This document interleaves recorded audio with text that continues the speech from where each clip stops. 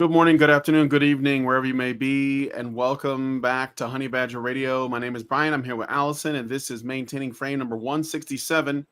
Warning, Mm-hmm. why 80% of men are invisible in modern dating. Yeah. We're going to be, we're going to be looking at a clip from a longer podcast from a channel called The Diary of a CEO. We covered a different show, I think last week with Karen.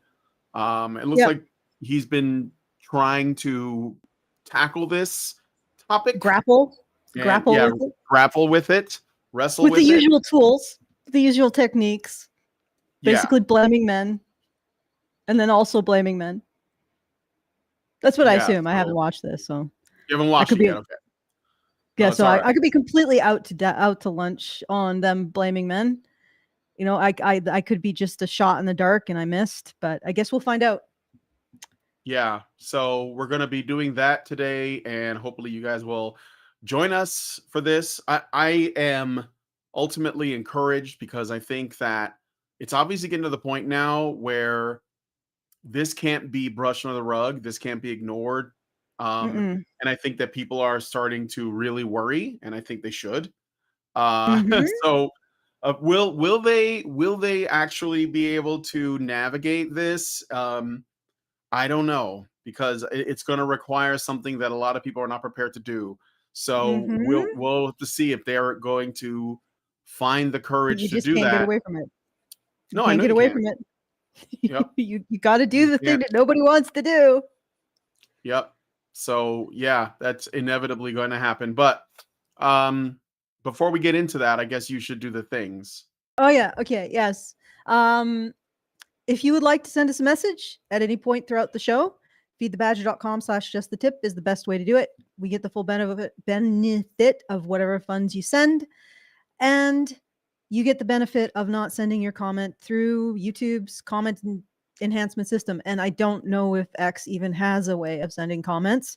So that's feedthebadger.com/justthetip. Please avail yourself of that. And we are doing our monthly fundraiser. We are currently 1,500 and I think 85 from the goal with 1 day left. So it's getting a little hairy. I may do some arm twisting during this stream to see if we can get to that goal. I do want to do a big thank you to OKFS who put in 250 today. So thank you to OKFS. And hopefully we'll be able to make it, because I am sort of trying to also make sure we can do our meetup. That was a smooth segue. This September 13th in Calgary, Alberta, Canada. And if you're interested in that, go to feedthebadger.com/events for more info. And I think that's good for now. I think all of the links are in the low bar if you are interested in any of those. And let us begin. I think, yeah. All right, yeah, Beginning. let's do it. So let's play this. So just to kind of help set things up, you have the host of Diary of a CEO, and he is speaking with two guests.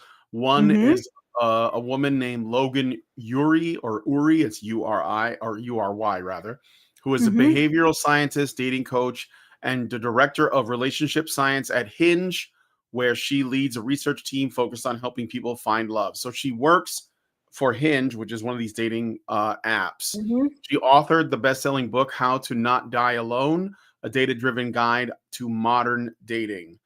Then you have Scott Galloway, who is the other guest. Scott Galloway is an American public speaker, academic author, podcast host, and serial entrepreneur. He's a clinical professor of marketing at NYU's Stern School of Business, where he teaches brand strategy and digital marketing to second-year MBA students. So these are the two people that are on the show with the host. I forget his name, but you know the guy at Diary of a CEO. I don't remember his name. And they're going to be talking about what's going on with modern dating. So let's go ahead and let's play a little bit of the intro. Yes, And I do have some time codes.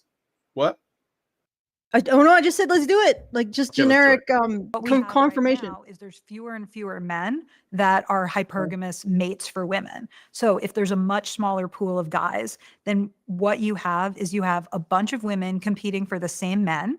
and then a bunch of guys get ignored. But what I also see is that those top guys are having a hard time deciding. So I feel like in my coaching practice as a dating coach, I'm working with a lot of women who say, what do I do? I've changed my profile the way you said I should. I took your class, but I still feel like there's just not enough great guys. And then I work with these CEO men who are having such a hard time choosing. And so I think we really have this exacerbated problem where so many women are competing for the same men, and then a bunch of guys are getting ignored.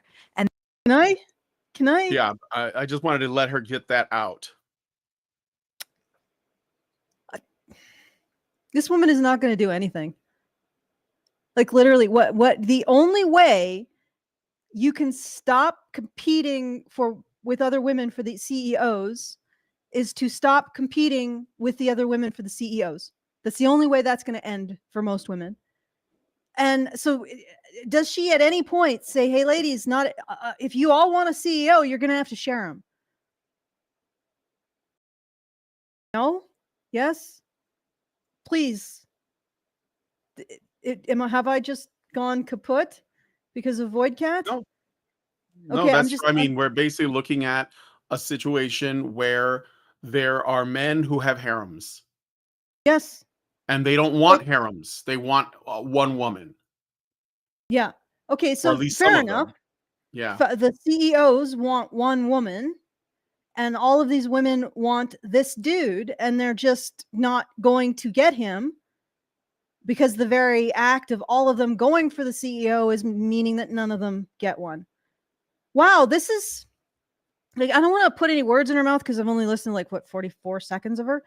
But if this doesn't go to women need to rethink their standards, then like I said, I don't think she's going to do anything beneficial. Excuse me. It's all right. All right, let's play some more. Oh, Void Cat is attacking my throat. She's What? attacking my throat with her hair. Sorry. She's discovered a new vector of attack. Mia? Okay. Yeah, Mia, Void Cat. She's discovered a new way to destroy the stream. She's going to attack my vocal cords directly with her freaking super allergetic hairs. Oh, okay. Yeah. The other thing I wanted to point out is it's good that some woman here is finally admitting what's actually going on. Yeah, this is what I mean when I say that I am encouraged, because this is something you wouldn't even have wanted to see, much less actually see, even less point out in a conversation on the internet with a very large channel. So also we'll look at the comments later if there's time, because they're pretty great too. Like the comments under this video are very critical of the fact that these people, they're calling them 10 years late to this conversation. Oh, which yeah, true. no crap. Like, Yeah. oh my God, 10 years late. That's being generous. 15 is probably the minimum. Okay. Yep. All right, let's keep going.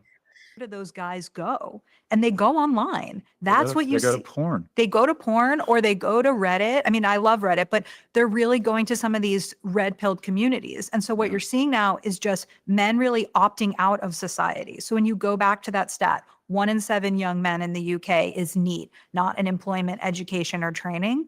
They have just opted out. And as Scott says, there's nothing scarier than a single man, a young single man. And so we are just creating a lot of these angry young single men who are saying, well, this is rigged against me. And so that's why I am worried about the rise of people like Andrew Tate. And if we wonder, where are the dads, where are the men? Well, men are finding these father figures, but they're finding them online, and they're not the father figures that I would choose for the majority of men. Yeah, but they are the father figures that women chose for the majority of men. They chose them by getting rid of the actual fathers. Yep. Yeah, this is like, it's great that we're actually admitting the situation for what it is. But if we can't acknowledge why it is the way it is, we're never going to get out of it. We're just going to be on a loop of saying, oh, hi, Brazil is sinking. But, well, we can't actually talk about why, because that's verboten. We can't criticize the real people in the world. We can't criticize the ones who did this. Where are the fathers? How come? Okay, let me put it this way. How come when men supposedly had the ability to divorce, almost every kid had a father in his life? And then we gave women, supposedly, because I don't think it actually worked out this way, we gave women the ability to divorce, and essentially we created a situation where divorce became man at fault divorce. So women not only got the ability to divorce, but they were incentivized to do so, and we tried to continuously reduce the cost of doing so. When we did that for women, suddenly 50% of kids don't know their dads. Why is that? And but of course, whose fault is it? Patriarchy? Men aren't stepping up. Men aren't stepping up. Something Adam chose Yeah. the fruit willingly. Yeah, Something heal the will of Adam. Yeah. Also, somehow the one person with the least control, the least ability to influence whether or not he has a relationship with his kid, the father, is the one most responsible. Even the kid has more control over whether or not they have a relationship with their father than their father does. And that's not even talking about the mom. If we have a fatherlessness epidemic, it's because moms have been kicking fathers out of their kids' lives. Period. Full stop. And until that stops, Andrew Tate. Notice what is the motivation to try and address this? What is their motivation? What is this woman saying? When like, why is she suddenly concerned about this issue? Did you notice? Because not every woman can get a CEO. But this No. thing. Well, that's not what I was thinking. But The okay, motive go for ahead. her to bring this up is not, I want to maximize people's chances of healthy relationships, in particular men. That's not her motivation. It sounds like her motivation is, if we don't do something, the scary single men are going to do something to us. You see what I mean? You know what they'll do? They'll stop delivering power to your house. Like, men don't have to do anything aggressive to absolutely hoop you, lady. Yeah, but she's afraid they will. Yeah, I it's think horrible. they're all afraid they will. Even though the worst thing that'll probably happen is, yeah, they'll just stop giving you their labor. Yeah. They'll withdraw their labor from society, which they've already started to do. Young men have withdrawn their labor from society, and that's all they need to do is withdraw their labor from society. That's it. And we're hooped. No, I mean, probably more likely is that the young men who you've imported from another culture will all start to rally behind some kind of Genghis Khan. I don't know if I'm allowed to say this, but that's much more likely, and then take over this culture, as has happened many times in the past. So yeah, like but the men in your culture are probably just going to silently withdraw, and many of them aren't going to do it consciously or unintentionally. They're just going to do it because it's overwhelming, the messages that they're getting. And then the other thing is that she's talking about these women all going after a CEO. When in history did women all get CEOs? At one point in history, was there such a glut of CEOs that every woman could get one? The answer is nowhere in history.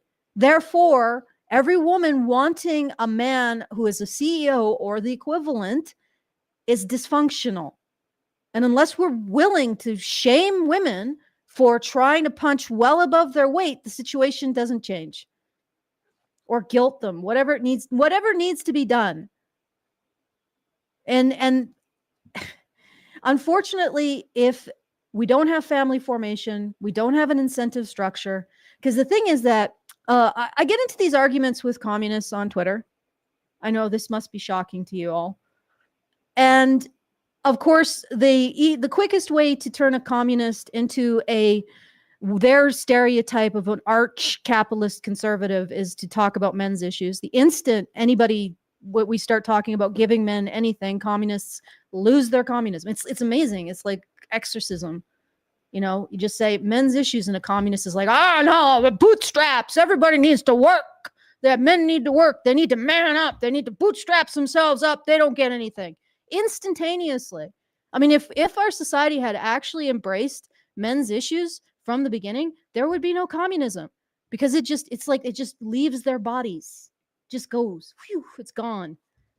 But unfortunately, that's not the way it worked. But anyway, I get into arguments with communists, and they tell me that, man, Void Cat, she's eating my thoughts. She's discovered a new power. So I get into arguments with communists. Sorry about that, guys. And they tell me that men aren't owed a family and they aren't owed a wife by participation in society. But here's the issue. If men don't have those incentives to doing the jobs that need to be done, which are 97% men, so that's the roofing, that's the sewer work, that's the power, linemen, that's garbage men, that's logging, like everything that is required for our society to run, 97% men. If men don't have an incentive structure when it comes to improving their situation socially in terms of gaining a wife and children, those jobs are going to have to pay them more to compensate. So if you could have a wife and kid on like a 15 bucks an hour wage job, then you would take it. And these men will do that. But if they can't have a wife and kids, they're going to want $350 an hour. Right? They're going to want that additional compensation, which means the only people who will be able to afford to turn the lights on will be the super wealthy. So, I mean, that's something to consider. Like and they say, well, men aren't owed this stuff. Fine, they're not owed this stuff. But if men start demanding unbelievable wages to do the very necessary jobs for everybody to survive, it's going to get a little hairy. It's going to get a little uncomfortable for everyone. All right. I'm done my rant. Void Cat is quiescent for the moment. So I have some videos pulled up just to like give a little bit of contrast, because I feel like they're talking about men, but they're not really getting the female perspective here. So we were just talking about what women are going for. So here's a woman giving her opinion on standards. Just gonna just throwing it out there so you guys can see it. There's no such thing as a woman having high standards. It's men who have high entitlements and low effort. We're not fucking buying it anymore. Thank you. There's no such thing as a woman.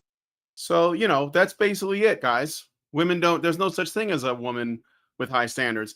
And they're going to wrestle with this. They're going to have to wrestle with this. You can, you're not even allowed to call it delusional, even though it obviously is. So now that's where we are. Women expect this. Men are just going to have to keep on stepping up or step out. And if they step out, then these people are going to pontificate about how that's a problem that needs to be addressed instead of actually addressing the fucking problem. So let's get to the next time code. Okay. From even getting into the club. So many women in the US set their height filters at 6 feet, but only 14% of men in the US are 6 feet or taller. So what happens to the other 86% of men? And women are saying, where's my guy? It's like, well, he's not even showing up on your app. And so a huge thing that I push women to do is to change their height filters and just say, there is nothing that proves that you're going to have a successful long-term relationship if the guy is higher. I'm married to a short king. I love it. I feel like I really found this gem. And I think that so many women are missing out on great potential partners because of things like height. Oh, good. It's too bad, though, because There's no such thing as a woman having high standards. It's men who have high entitlements and low effort. We're not fucking buying it anymore. Thank you. Okay. I'm just going to keep playing obnoxious women online videos to respond. I don't even have to make arguments myself. I'll let the women speak for themselves. All right. All right. Let me see. What's the next time code I got here?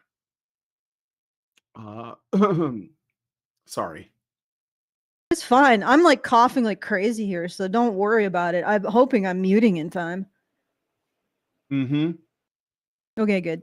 Scott's point as well about they will date one of the men in the top 10%. Yeah.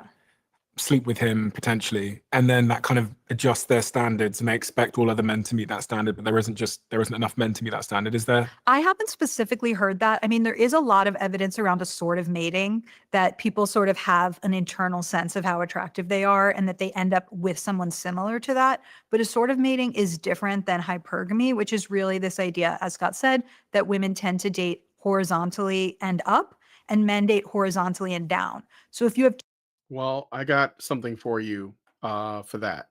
Listen. Reminder for you, ladies and gentlemen, you are hot, so act like it.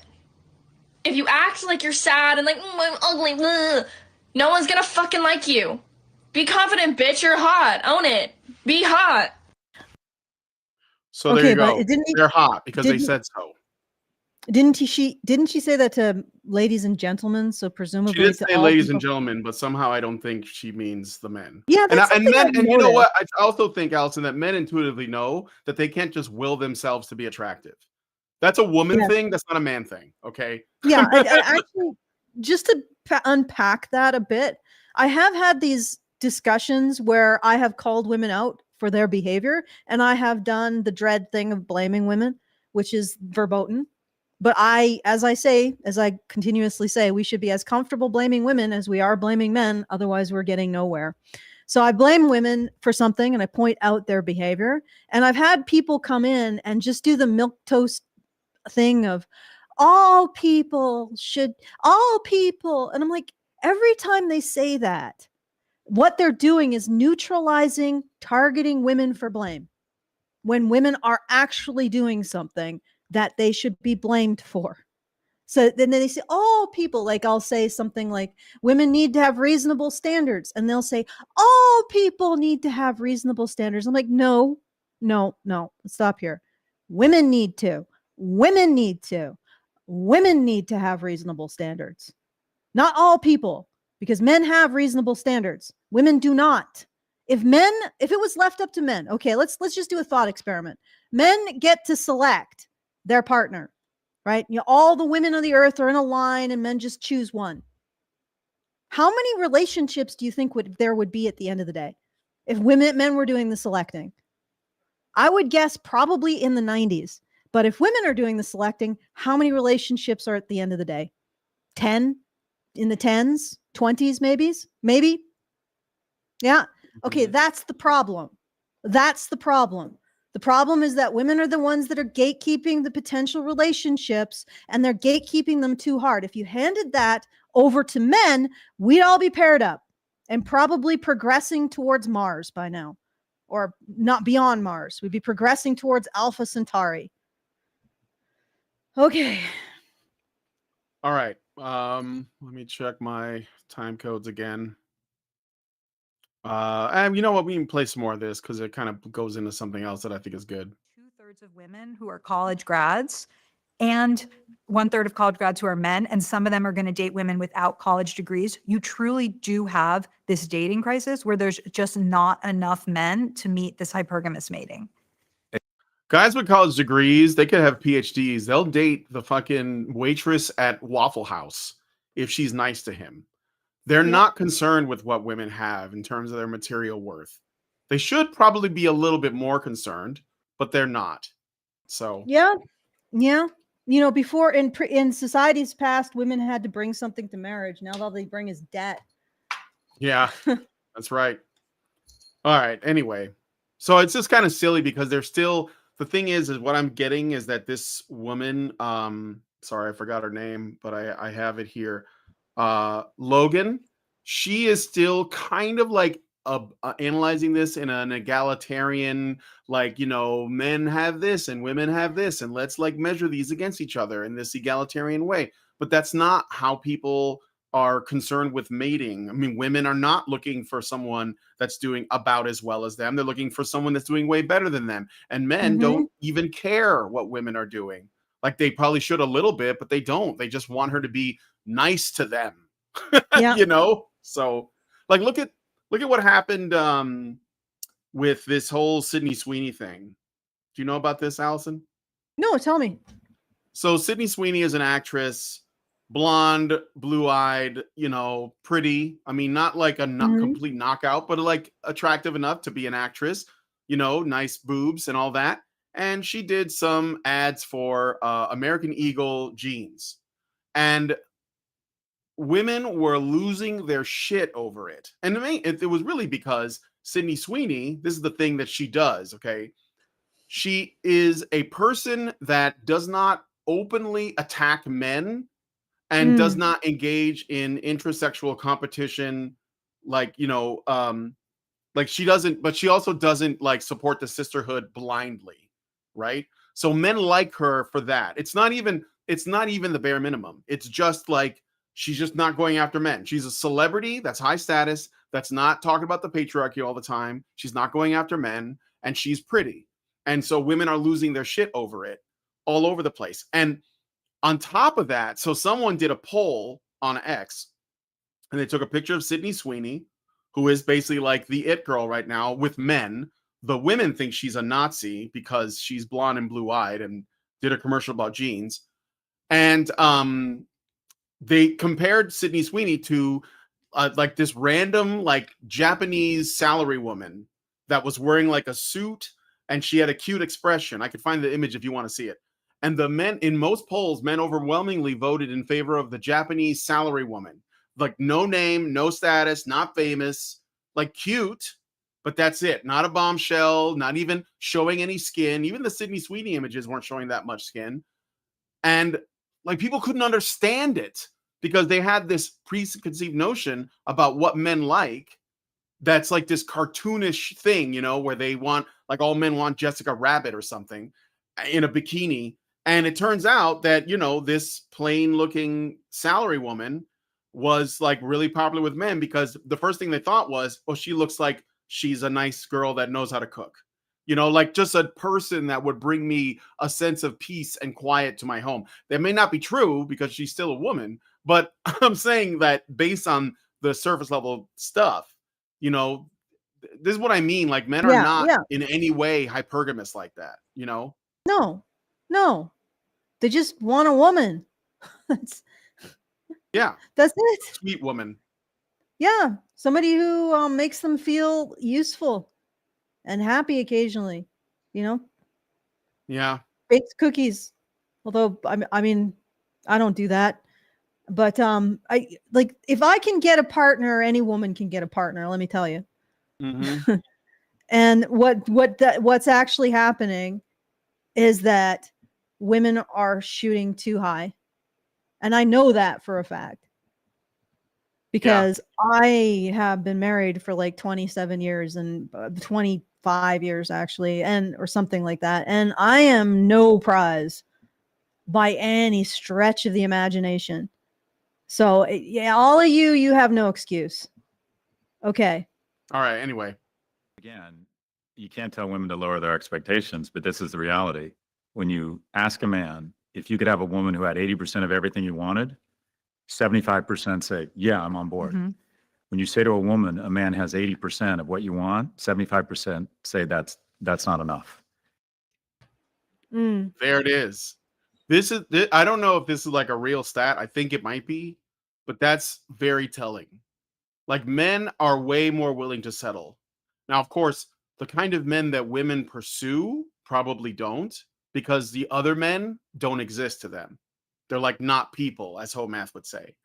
But the men who are not people, they would probably be fine with, you know, like he said, just in case you guys didn't hear it, he said that men were asked if a woman had 80% of everything they wanted, which means 20% of what they don't, would they be okay with that? And he said 75% of men said, yeah, that's fine. Like, you know, like they know that they're just sort of like shooting for the moon. And then and when they reverse that and you ask women, if here's a man, he has 80% of all the things you're looking for, 75% of women will say, no, that's not going to work. Mm-hmm.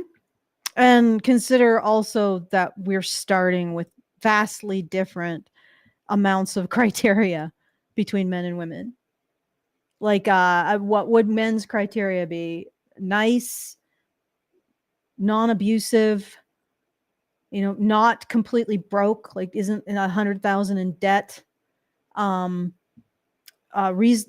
huge, but okay looking. And then 80% of that is what? Like, what do you drop in there? Nice? Are you dropping nice? Are you dropping broke? Are you dropping okay looking? Right? What part are you dropping? Because they're already at bare minimum. And I can tell you what they're dropping. Because I've seen it. I've seen absolutely fit men dating women who they're not slobs. They're not like gigantic, but they are not fit. They are, you could probably say they are plump in some cases, or reasonably sized, but they aren't super fit. Like the guy looks like his second job is the gym, and she looks like her second job is Krispy Kremes. Like that I can see that men are already dropping that 20%. And probably what's happening is that woman is nice to him. She's nice. She's pretty, if not perfectly fit. And she's not $100,000 in debt because she's an avocado toast job woman who has a degree in gender weaving. Like, Yeah. So that that's what I'm seeing. So when men drop 20% of their standards, they're dropping a lot. Whereas when women drop 20% of their standards, what are they doing? They're dropping from I don't know, 2 million a year to the man must make 1.8 million a year, or no, 1.6 million a year. They're dropping it from 6'5" to 6'3", 6'1". Oh, short manlet size, right? They're dropping from a 12-pack to a 6-pack. Like, what are they dropping when they drop 20% of their standards? So this is even worse than he's making it out to be. Sure. No, I get it. Yeah. I got a And super the real chat. the real problem is this. Women's standards are, does he make my girlfriends jealous? Does he make my girlfriends want to steal him from me? Right? Mm-hmm. That's their standard. But the problem is that only a fraction of men in any given population can live up to that standard. Because if you think about it, if all of her girlfriends are with men who are about as attractive as they are, none of them are going to make, and she gets a man who's about as attractive as she is, and is about as attractive as her girlfriends are, and is about as attractive as their partners are. They're not going to want to steal him. They're not going to be jealous because everybody's got the same thing. Mm-hmm. No, she has to get a 10% man, a 20% man, a 10% man, a 5% man, depending on where she is, in order to make her girlfriends jealous and to feel that sense that he could leave, which, makes her excited by his presence. And that's it. And it doesn't even matter what 10%. If everybody in the population, every man is obese, then 10% is the guys who are mildly obese rather than morbidly obese. But it's always that 10%. And if every guy is super fit, like a Chris Helmsworth, then it's the super fit Chris Helmsworth 10% that the women are going to go for. So this is a problem with how women are selecting their partners. And there's nowhere that we can go to solve it that doesn't involve getting them to knock it the F off. Like getting women to take responsibility and knock it the F off. Okay. All right, let's play some more of this. Sure. But even look at the media. Right. What does the media tell a woman to do? He's out, but he didn't open your door. He's not nice to his parent. You'd walk right out on that man. Like, it's literally every piece of media is, you don't need him. You're a strong, independent woman. Pull the ripcord. You're out. And it is the basic kind of communication around this is, you are a strong, independent, powerful woman. That is wonderful. And quite frankly, you don't need the imperfect man. And they're just not connecting. I read that on Tinder, a man of average attractiveness has to swipe right 200 times to get one coffee. And then 4 of those 5 coffees will ghost him. They will decide they don't want to meet him, or they won't show up. That means a guy of average attractiveness has to swipe right 1,000 times to get one coffee. Now, what does that tell that guy? Women don't value me. Women make me feel rejected. And then they go online and they see these misogynists telling them it's not your fault. Mhm. And What? these men become much more I know that was a plot twist, right? Like suddenly, and it's weird. It's like he lays out men's struggle and their frustration, and immediately says, and then for some reason, these misogynists come out of the woodwork and tell them it's not your fault. Well, is it his fault? What did you just say, sir? What did you just lay out to the audience, sir? What did you just elaborate upon, sir? At what point in that long explanation did it become men's fault? Like, let me tell you, if the average woman did not find the average man attractive for a substantial length of time throughout human history, we wouldn't be here. Yes, there are the genetic pinch points, but for the most part, we pair bond. For most societies that have polygamy or polygamy with just women, I'm not going to say it because I know I'm going to mispronounce the word, that multiple women with a man, most societies still pair bond. They still have monogamy. That's their majority. And in fact, I think the polygyny is sorry? Polygyny, I think. Yeah. Polygyny. I think the polygyny is actually functioning as a sort of like a way of maintaining the monogamy. So these societies are forced to embrace it in order to maintain their monogamy. And I have an elaborate explanation for why. But the ultimate point is that even those societies that embrace polygyny are mostly monogamous.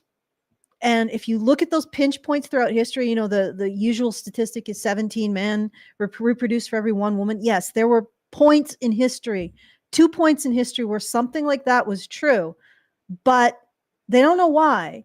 It could have been a social thing.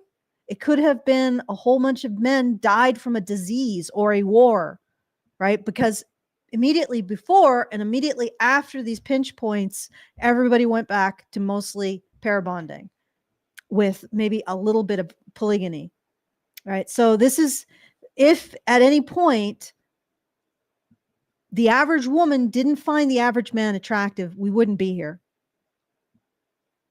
Yeah, most of us are the result of average women finding the average man attractive.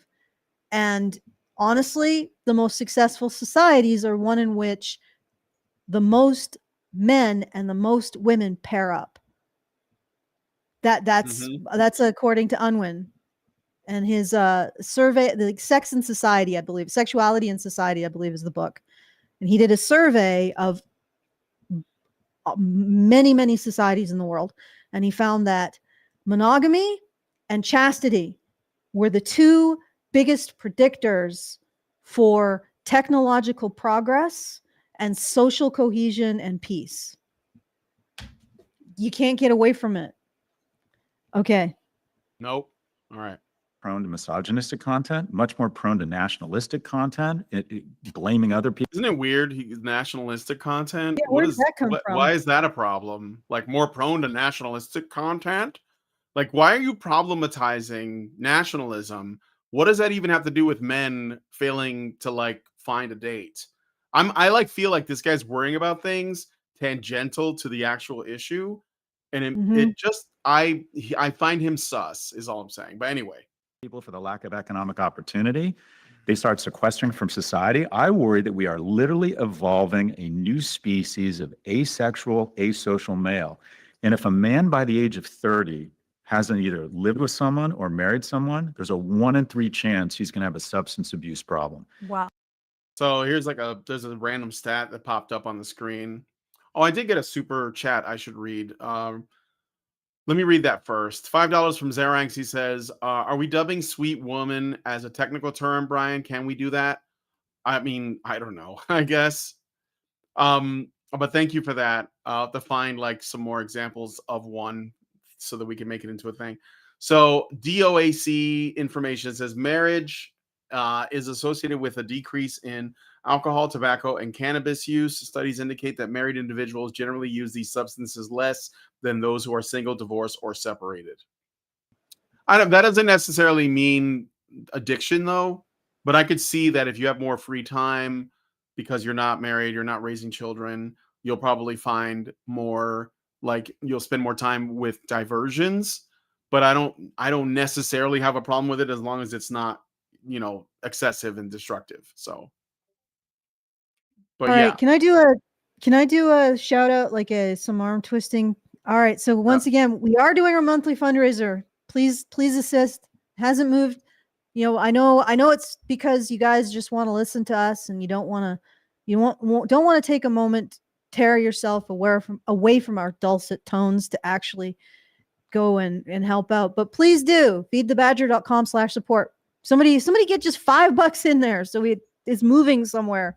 It'll be a big weight off my mind. Where did my come from? Feedthebadger.com/support.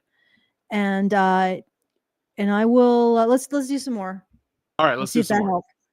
In addition, it goes so much deeper than that, because if they don't develop the skills, the reason romantic comedies are 2 hours, not 15 minutes, is this shit is hard. Mm-hmm. Like finding an attractive, intelligent woman, generally speaking, 75% of people who've been married longer than 30 years say in the beginning, one was much more interested than the other. And it was almost always the man.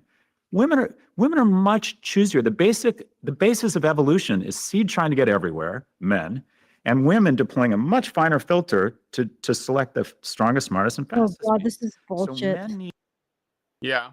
Well, men need an environment to demonstrate excellence. And you hear these women talk about it. He was kind. He was good at work. I liked the way he smelled. He was funny. Where do men demonstrate excellence?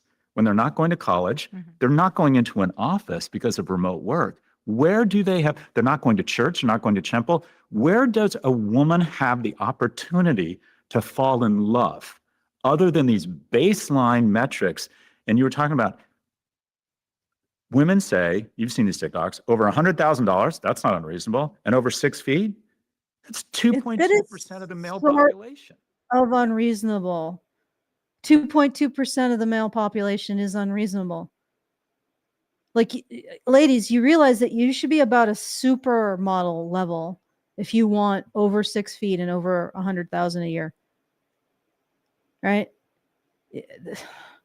You think about a 2% woman, like 2%, the top 2% attractiveness in women, right? Like, you should at least be able to be an extra in a Hollywood movie, ladies. You should be the girl that gets killed first in the slasher film, at least, in order to get that.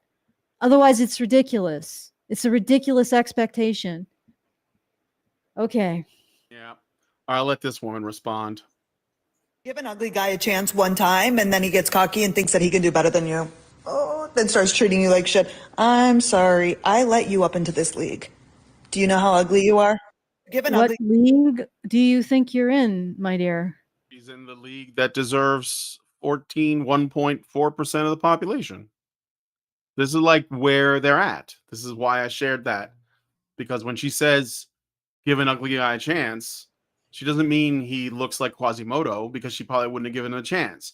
She means he was average and probably wasn't like super high status and didn't make that much money. And even though she's average, she was like, no, he's not on my level. I just know that.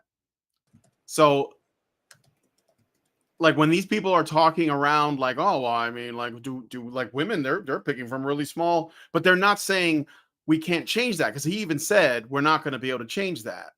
He didn't even want to like address that. He didn't want to tackle that. He just said, well, that's not happening. Well, so we're dead then. We're fucked. We're cooked. It's over. Women will destroy everybody with their fucking pickiness. And that's just it. So enjoy your electricity and running water while we still have it, because it's done. So it's not the West. This is going everywhere. Yeah. Like only cultures that are actively opposed to it are going to survive. Or we fix it. Somehow. Well, I mean, I got my ideas of how to fix it. It doesn't involve, well, I mean, maybe you could create a place for men to show excellence, but that means that women can't be part of it. Women have to observe but not be part. Otherwise, it becomes women showing excellence. And also because women can't compete with the men, that's unfair and it's patriarchy. So we need to even the playing field. And then suddenly men have to have all these handicaps and they're no longer showing excellence. That's the problem. Yep. You can have equality or you can have hypergamy, ladies. You can have equality or you can have hypergamy.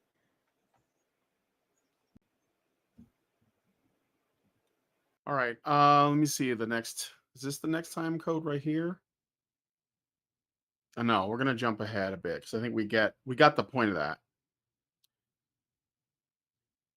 So it's like, So constantly we have this feeling where we're asking men to do something when they don't have the skills. I was talking to my friend David and he said women are in graduate school when it comes to emotional conversations and guys are in third grade. The other part of the paradox is that women are asking men to be more emotionally open, but then they get shamed when they do that. So we have this great quote from Brene Brown where she says, we beg guys to open up, we beg them to let us in, and then when they do, we can't stomach it. so here's the emotional intelligence thing. The whole like combat toxic masculinity, open up with their feelings. They are actually telling the truth about it, which is what we've been saying for years and years and years, which is, well, that's all fine and dandy. But when men open up to women, what happens? Women become disgusted with them, or they become afraid of them, or whatever it is. They want to control. They want men to open up, but they want to do it on their terms. They want to do what they say when they do it and in the way that they do it. They don't really want to hear men speak earnestly about their emotional state or their feelings or their concerns, or their insecurities. Because if a man exposes any insecurities, the woman feels like, oh shit, this guy's weak. I gotta go. So. Yes. Yeah. Chorizo hate watches or something. He's even donated it to us. It's very strange. But it's happened before. We've had people who apparently despise us, but also wanted to support us. Yeah. We got hate supporters. Go figure. Pepito gives us $50 super chow. Thank you. And says, some honey for the badgers. I disagree with this point, though. There is no evidence that average women liked average men. DNA shows only 40% of men pass their genes. Can't just be due to genetic pinchers. No, it is genetic it's pinpoint. just the fact, even if women preferences wasn't the cause, it must have evolved with it. But regardless, even if it isn't a natural thing, the truth is that those societies that somehow get women to the point of pairing up with average men are the most successful societies, period. Right? If we want to be a scrubby has-been species that just sort of screws around in their original biosphere without actually leaving the atmosphere, fine, we can indulge this. If we want to become something more, we can't, because it's just not, it doesn't have the same level of functionality. Those societies in which women are paired up, the most amount of women are paired up with the most amount of men, are the most successful. Full stop. They're so successful. This particular society is so successful that it could try this bizarre experiment of pretending that that's not the case and freeing women to do whatever they wanted. And I don't even mean equality, because we don't have equality. This isn't equality. This is just freeing women to have a buffet of choices and have men underwrite the consequences of them. Except Women's to the liberation and point. its consequences. All right. Sorry. I'll say this though. I think that historically, I think women. Well, first of all, I think for the most part in history, neither men nor women got to choose necessarily their wife. For most of history, they were just married off to the family like next door, because it was more like a business merger, and they knew each other since childhood anyway. So there wasn't like this idea of like, how can I get the best person? It was just like, this person is next door. Like, I know them. The other thing is that even after that, when we got into dating, like in the 20th century, I think that even then, there was less opportunity for hypergamy because they were choosing like from within their immediate area and their community. So it was the people who they went to school with, the people who they went to work with. But now that like dating has opened up essentially globally, all of a sudden there's like crazy amounts of options. And women, I think, generally have analysis paralysis. So they're like, well, how do I get the best man? And that's why they're always thinking about like the man they're with. It's like, well, I think I might be able to do better because there's so many options. So I think that could be a factor. Yes, there's so many options and it's artificial because there aren't really. Right. And it is the only way to change that sense that women have of artificial abundance is to get men to show them less attention, essentially, like for men to be extremely discerning. And that, like, think about it. You say that this individual said that the average man has to swipe, I think, right? Was it right? 1,000 times to get one coffee date. Why is that? Because the average woman is getting swiped right on 1,000 times. Now, if an average woman got swiped right on once a year, how much effort would she be putting into that coffee date? And the thing is that men swiping right, okay, that is low effort, but it gives the perception to a woman that she has a relationship on offer with all of those men. So when she finds one that's, I guess, good enough, she doesn't put any effort in because she thinks she has a relationship opportunity with all of them. And that's part of the problem. Like, so there is no actual incentive to rise to the occasion of this date for this woman to even not ghost him. Whereas if you were in real life, if everything was based on men, approaching women in real life, even if you're an attractive woman, you're not going to get 1,000 approaches every week. You're going to get maybe 5. And you're going to get less and less as you go down to the point where if you're an average woman, you're probably going to get approached once every 4 or 5 months. And if you get approached in the real life, like that's the way it was before, as an average woman, and you get one every 4 or 5, how valuable are you going to find that approach? Considerably. How likely are you going to go ape shit because, I can't believe it, he's sexually harassed? Not likely. Because you're not getting anything. You're not getting things constantly. And honestly, women should realize, and they're not encouraged to do this because we have this pervasive myth that men will have sex with anything, which I don't think is true, right? That every single one of those swipe rights is a potential relationship when all it is some guy saying, okay, okay, well, No, I think they're just like casting a wide net. Yeah, they're casting a wide net. Yeah. And not every one of those guys is going to put that much effort into you. Right. And, but literally what women are thinking is like when they get the likes and the swipe rights and they're thinking, oh, every single one of them, could potentially, no. And certainly not if you don't actually invest in them. And that's the thing that we get this idea that men aren't also discerning, but I think they are.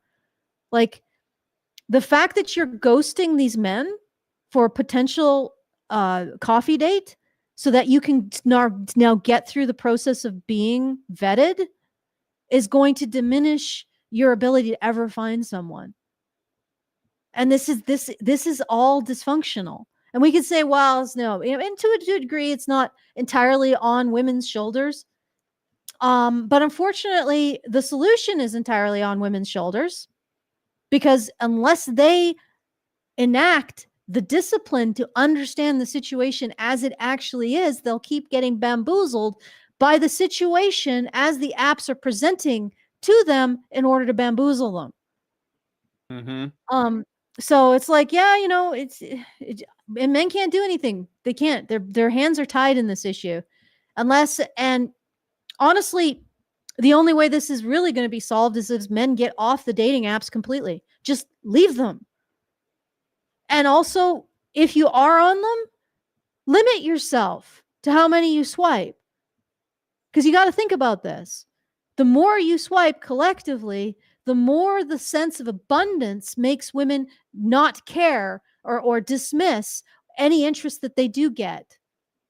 Okay. And it's just going to doom you collectively. And so yeah, men should get off the dating apps. Just get off the dating apps. I remember I got it. Like I've been saying for 10 years, don't go into don't do higher education if you're a man, unless you're going into business. You live off campus, you talk to no women during your degree. Do not talk to any women on campus. Do not interact with them. Live off campus. And just do your degree. Do it in STEM or business and nothing else. Then that's fine. But for the most part, just stay out of college. In fact, you should be paid to go to college. Your company should pay you to go to work.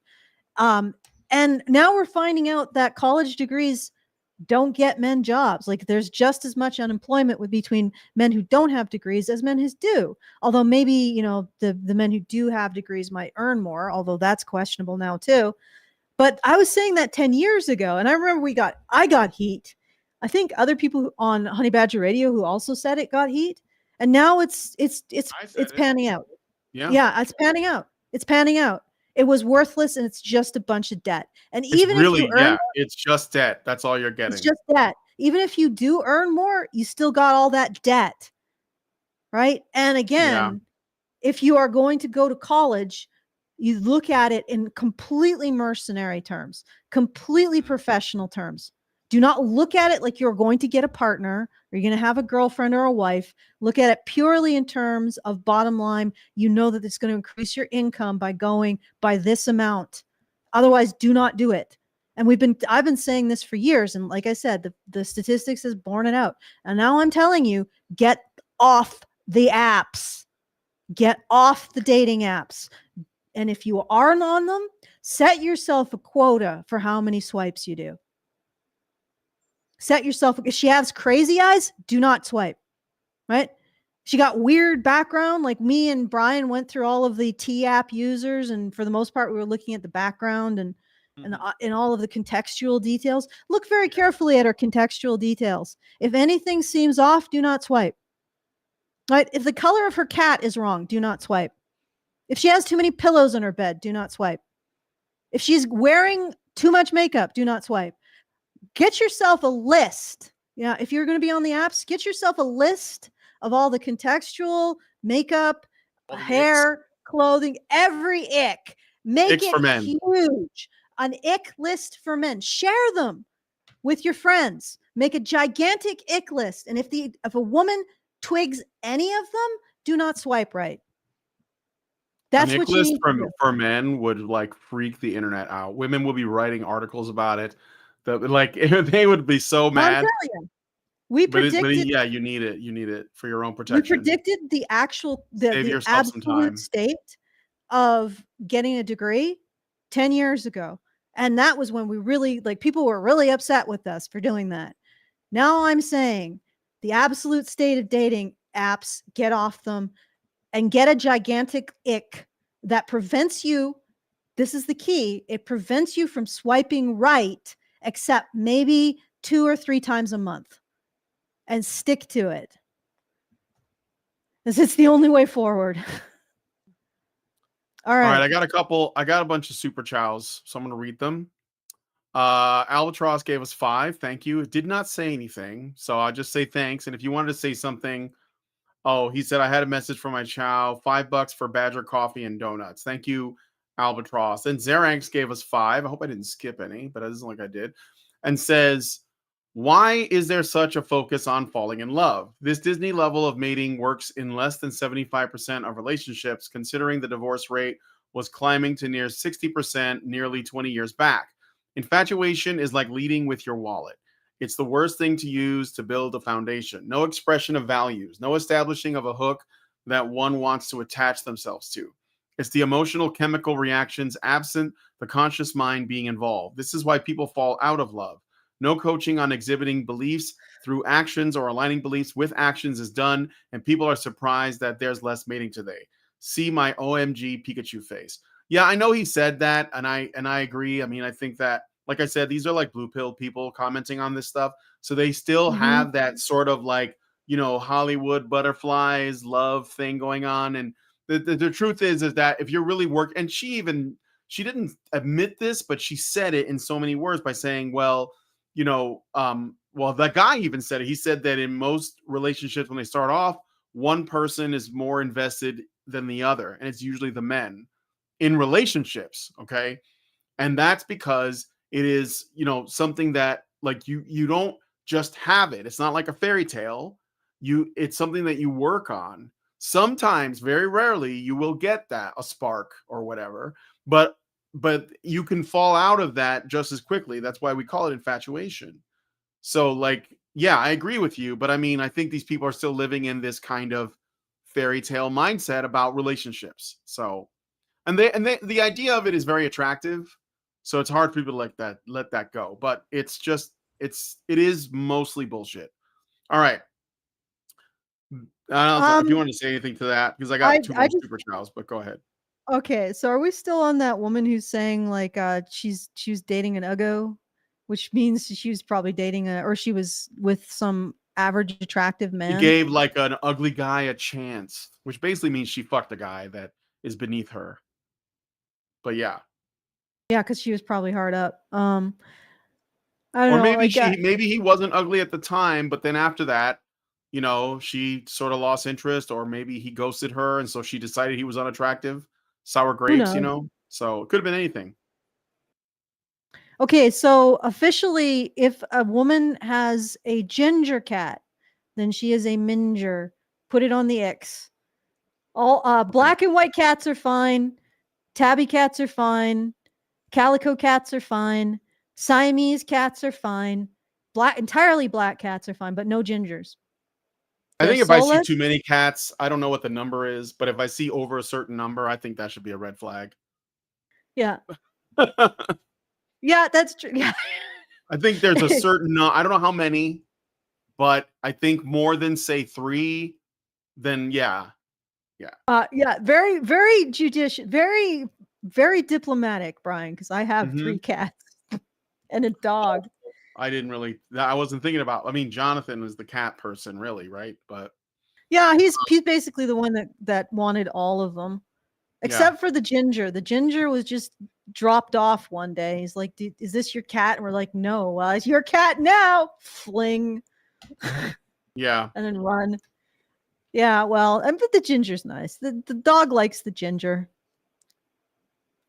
Betty Adams gave us a super chow for $10 and says, there is a very old joke that, on the principle of all funny jokes having a grain of truth, is telling to the topic of average women not finding average men attractive, but pair bonding with them anyway. The town doctor pulled Mrs. Smith aside one day and said, "Ma'am, I don't like the look of your husband." Miss Smith sighed and nodded. "Neither do I, but he is so good with the children." That's a joke? That's just kind of sad. Okay. But thank you, Betty. And then we got one from Anon, another super chow for $10. And Anon says, the way I see it, there are only 2 options and neither work in modern day. Women have relationships with who they are attracted to, or they don't. Women don't want the second option. Modern men don't want the second option on an actual attraction and moral reasoning. It takes a lot of acting from the women for average man to be fine with having and raising kids with a woman who finds him repulsive. Women have no reason to act right now. I think this has always been the case, and only financial desperation will a woman pretend enough for the average man. Well, I think that maybe what would help is if they got a reality check about where they stand in society, because I think the primary issue is women think they're worth more than they are, and I think that and this is for their own sake that they have to realize this, because the reality of it is going to hurt. The longer they invest in that like delusion about their worth, the more painful it'll be when reality hits, and it will. Especially as they get older. Like that's just, you know, it's only going to get worse for them as they get older. Albatross gave us $5. I don't know if you said that, and he did I read that that one, yeah. Yeah, he did that to stick it to chorizo. So thank you, Albatross. Okay. I do have a thank you to give to David for $25. supporting the show. It is feedthebadger.com/support. Like a whole raft of you went into the super chows, which is fine. I like the super chows too, but we do have to finish off the fundraiser. And we are now at I think 1,550. So let's move the needle, guys. Feedthebadger.com/support. Go there and help out. Very much appreciated if you do. $5, $10. I'll take it all. Let's just move it towards, the finish line. Feedthebadger.com/support. Yep. What I wanted to say to that is I think it's okay because he's right. Women want to see excellence in men. And one of the forms of excellence that human beings seem to encourage is cooperation. Right now, I mean, you can see it in athletics because they're cooperative endeavors that are also very competitive. So there's excellence, but also a high degree of cooperation, usually, unless you're talking about very solo sports. But still, there's usually a team involved. Like people go to the track meets in a team, and anyway. So, but there is no place for men to demonstrate that. But when it's perceived and that is something masculine that women can't also access, then I feel like a lot of the resentment is taken out of it. Because if women can't do it and only men can provide it, then it's not a situation where a woman is necessarily being very mercenary about it, because she can only get it from men, right? So it can only be provided by a man. Does that make sense? Like it becomes a part of himself in a way. And that's taken out. That it doesn't happen in our society because women are supposed to have access to everything. Yeah, no, I agree with that. I feel like there's a lot less resentment if men have some place to demonstrate excellence that, women are excluded from. They get to see it and they get to enjoy the products of it, but it doesn't feel like it's so mercenary on the part of women. Like if women can make their own money, then getting a man who makes money is just like, it's a mercenary act. It's just the desire for more money rather than a desire for a man. You see what I'm seeing? It's sort of a difference. Oh yeah, sure. Okay. Okay. All right. Let's play more of this. In my research, there's this quote where a guy says, "A woman would rather see me die on the white horse than fall off of it." And so there's this sense that I have to be perfect. I have to be the masculine and the feminine, but I don't have the skills to do that. And women say that they want these guys to be emotional, but as soon as they show emotionality, it can freak those women out. So one guy that I spoke to for this said, I went on a few dates with this woman. At some point, I told her that my mom had had a suicide attempt. And the next day she texted me and said, "I'm sorry, I can't see you. I cannot process your emotional trauma for you." No, I guess that's the emotional labor that women are so famed for. So his mother attempted suicide. He wanted to share that, and she was turned off. Like that was too much emotional labor for her. Okay. So they really don't like this whole thing about this is why like the whole toxic masculinity conversation that feminists try to put forward is all bullshit, because women don't want that. And I think that feminists know it's bullshit, and they push it because it drives men and women further apart. And so men are better off finding different networks to help them other than their partners. And also women need to learn to listen to men who are in pain, because I think that they will if they train themselves to, like I almost lost JoJo when I went to Canada last, and I had not cried in years, and I cried because I thought he was gone. And Lindsay was, she could have been disgusted with that, but she wasn't. She understood. She was actually taking it better than me. It was weird because she's more attached to him, I think. But she was just more confident he was going to come back. I thought JoJo was gone. Like that was like, I was freaking out. We were in another country. I didn't know if we were going to get back. I couldn't find him. It was like a big, open area with lots of woods and shit. And there's coyotes. So yeah, I broke down. But coyotes are probably not big enough to really affect him, but there are wolves and bears there's wolves, in that there's area. mountain lions. There, I don't know. Yeah. Luckily he just shot He's up the domesticated. He just showed up at somebody's backyard. he But shot up the hill and just ended up in somebody's like glassed in porch or somehow, and apparently according to the owner of the house that he ended up at, he was looking at trying to figure out how to go back down the hill, but apparently it was a little bit flummoxed because it was quite a steep hill. But yeah, it was yeah, I noticed you were quite verklempt about it. And yeah, and well, you know, like I said, I mean, like a guy that like whatever it is, like his that's your mother. dog, man. Yeah, I know, but like imagine if it was like my mom or my dad. I know my Yeah. dad who's like wheelchair bound, and he lives in a, you know, he's in a home right now in Chicago. He had an accident recently. My mom told me that he fell, and I thought, oh shit, like this is it, because he's like in his like late 70s. He's okay, he's recovering, but it's still bad. Like I know that any day now, or like I don't know, it could happen. You know, I could get the call about my father, and you know, I should be able to talk to my wife about that. Yeah. So like this is like Well, it's unbelievably all part and cool. parcel. Yeah. Yeah, it's all part and parcel. I think that the same social pressures put on women that leads them into these like having these absolutely ridiculous expectations also leads them to not really seeing their male partners as human beings. And it's really unfortunate because that's going to be their most intimate relationship, most likely throughout their entire life.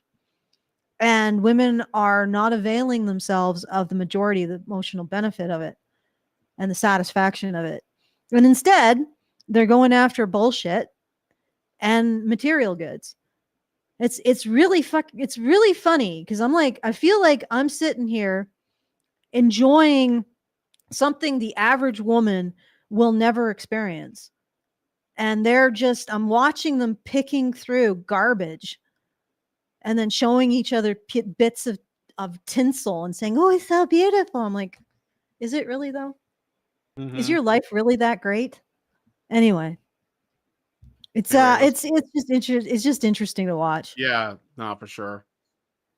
And so guys are getting a lot of mixed messages. We want you to be feminine. We want you to support us. But when you do, it freaks us out. And so we don't want that. And digging into the research, and I want to look into this more, I think it's that a lot of women want emotional support. They want you to support them in their emotional journeys, but they're not as ready to have you open up in your emotional journey. Well, that's a really nice way to put it, but yeah, I think that's true. And then when, at the same women time, say they want you to be emotional, they want you to support them emotionally and their emotional state and their emotional needs. They don't want to hear about yours, because that's labor. Remember? Yeah, it's emotional labor. And then the other thing that occurs to me is that I keep hearing from women that men have to be more spiritually they have to attain some sort of woo quality now, because they can't just expect to get everything because they make more money than women. Now women are making their own money, and men haven't stepped up to the plate to become more emotionally aware and spiritually advanced. And I'm like listening to this, and I'm like, who hasn't? And also I remember I got an email from some dude who said she wrote a book about how women are spiritually more advanced than men because they've challenged their gender role. They've become more spiritually and emotionally advanced, and men need to catch up. And I just sent him a message because he wanted to, I guess, to have an interview. And I'm like, wow, this is a real mismatch, my friend. But I sent him back and I said, no, they're not. How long ago was that? It was like months ago. So they're not going to come on then? I doubt it. Do you really want them to? I would. I'd like to hear that person lay out their case. I want more antagonistic interviews. Yeah. Okay, okay, then I won't do that next time. All right. I'll be like, sure. Oh, you should tell them we disagree, but we can talk about it. Yeah. Sure. Yes, Lighter. Come on our show and we'll have a chat. Like, but anyway, so this individual says women are more spiritually enlightened than men. And then you have this. How are they more spiritually enlightened if they're disgusted by the emotional needs of others, mostly men. Like, how does that work? Because when I think about someone who's spiritually enlightened, I don't see in my head a woman who gets an ick because a man cries because his mom died. That's not what I'm seeing. That's not at all. Like, that's not what that isn't what comes to mind when I think about spiritual enlightenment. Okay. All right, let's keep going. Can I put forward a thesis and I want you to respond to it because I haven't done the research.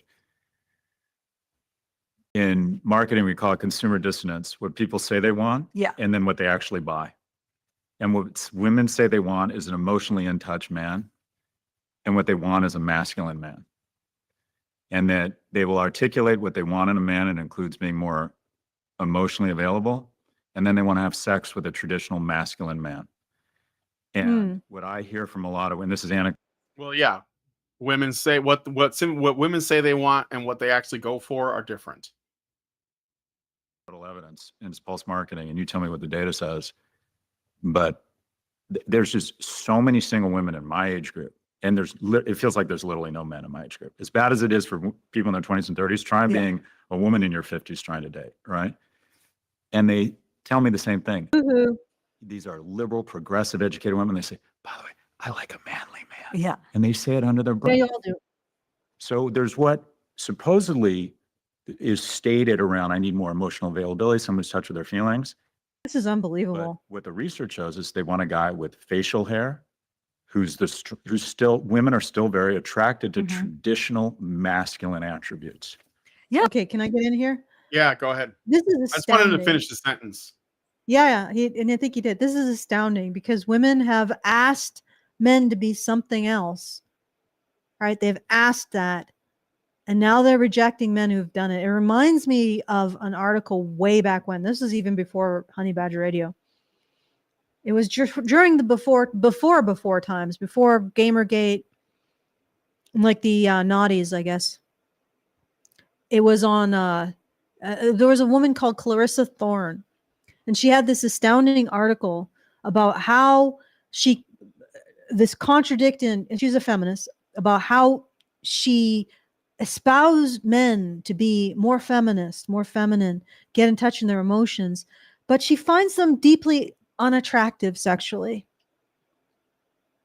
And I'm like, that's freaking astounding. Like, not just that you're asking men to be less attractive, less physically attractive, and then you're going to reject them because of it.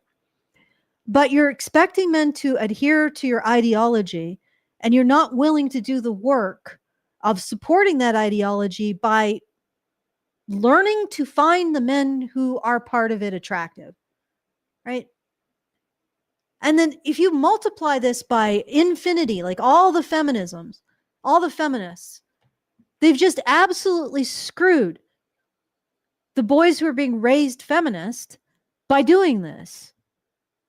And then women refuse to do the work. They don't even acknowledge that they need to do the work to find the men that they said they want attractive. But honestly, at this point in time, I think women should be expected to do so. Right? If you wanted feminist men, you should find them attractive. If that's what you say you want, do the work to find them attractive, or shut up and accept patriarchy back into your life. Like, that's the thing. And this is what I tell feminists, and they have no answer for it.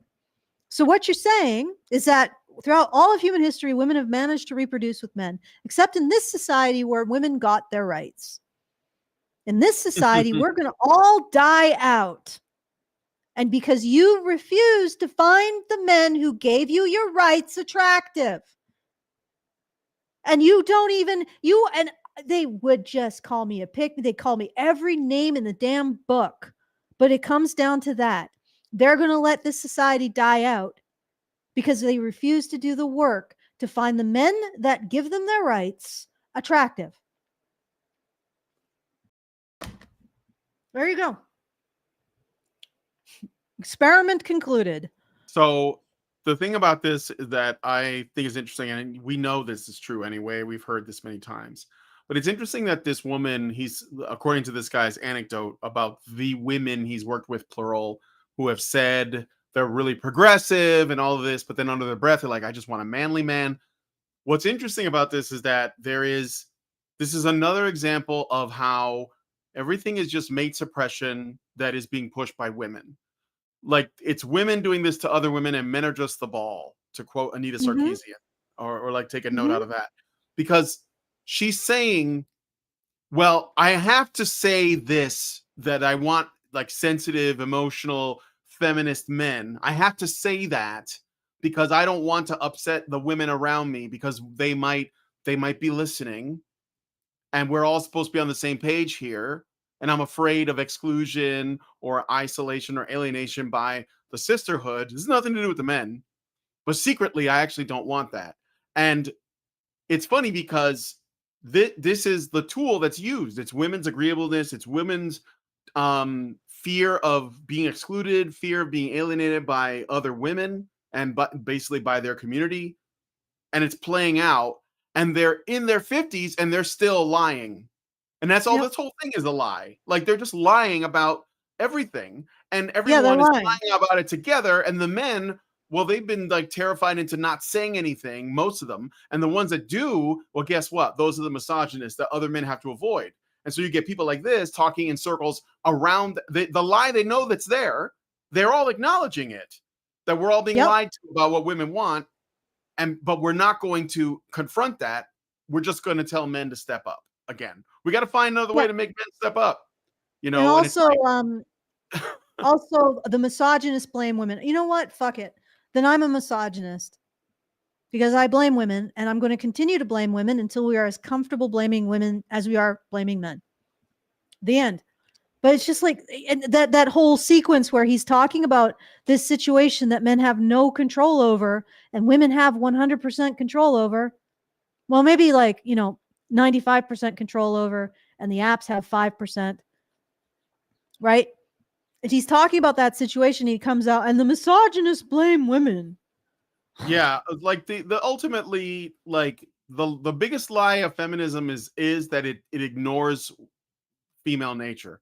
Ultimately, it ignores female nature and it pretends like it doesn't exist. And this is why, like, ever since I've been doing this, and we talk about like what is expected of men and what men need to be and how men need to change and all that, I always say, well, what do women want from that? Is that what women want from those men? Because feminism is saying that this is what men have to do. And they never, ever address it. Never. They never say, what do women want? Because if they answer that question, then their ideology completely falls apart because it doesn't, it actually doesn't care what women want. It has a narrative and women won't say it either because they're afraid. They're afraid to speak out against the establishment narrative. It's like feminism has told them the mythology of the world they live in. And they said, you can't question this mythology. And women are all like, I guess that's the mythology. And so I'm going to go along with it. And they'll say, what do I have to say to stay in good graces? Oh, I'm going to, talk about girl boss. I'm going to talk about what I want from a man. I'm going to talk about the new, princess movie and why I like Wicked and all that. And I'm all for this. And they're only doing it to stay like in the good graces because they tend to be agreeable. But in their heart of hearts, they're like, I don't like any of this. And I don't want to be a part of this, but I'm paralyzed because I can't go against it because I don't think any of these other women would agree with me. I'd get cast out. And they do. They get called pick-me's. They get attacked. They get, like, Sydney Sweeney was called a Nazi because she did a commercial for jeans. But that's how bad it is. And what women have to do is they have to be like, well, I'm okay with whatever. Call me a Nazi if you want to. Or call me whatever. I don't care. And that's just a big ask, but that's what has to happen. Yep. And it's what's hilarious about this is a complete loss of women's autonomy. Right now, right here, women are forced to do these things and they lose their autonomy, not just in terms of having to like the same things as the sisterhood, having to describe their desires in the way that the sisterhood approves of, like this man just talked about. Women have to be ashamed of the fact that they like masculine men because the sisterhood tells them that's wrong. So it's a complete loss of autonomy, just like throughout all of human history. Supposedly women have lost their autonomy, right? They had no autonomy. Well, you also don't have any autonomy now, ladies. And it gets, and then you talk about all the intersectionality. I recently watched Sex in the City because it was a Richard Pierre request, and the reboot. The reboot had Marissa, I think it was Marissa. But anyway, it was one of the female characters, and she was walking on eggshells around this black lawyer woman. And I'm like looking at this, and it's all this affectation of piety and submission to an ideology that doesn't lead to having children. And yet it is the same. Like, you're looking at this woman, and she is just as controlled as women were in Puritan England, or Puritan New England, right? Because she's controlled by people's opinions. She has to walk around on eggshells. She has to express piety and submission to the moral betters. I'm like, how is this different than the past? When you also had to do this, ladies, except in the past, your loss of autonomy actually facilitated the production of children and families and communities. Now it facilitates the production of nothing, right? You're still doing the same thing. It's women consuming other women's autonomy, forcing them all to just act in the same way. And you're exactly right. This guy's exactly right.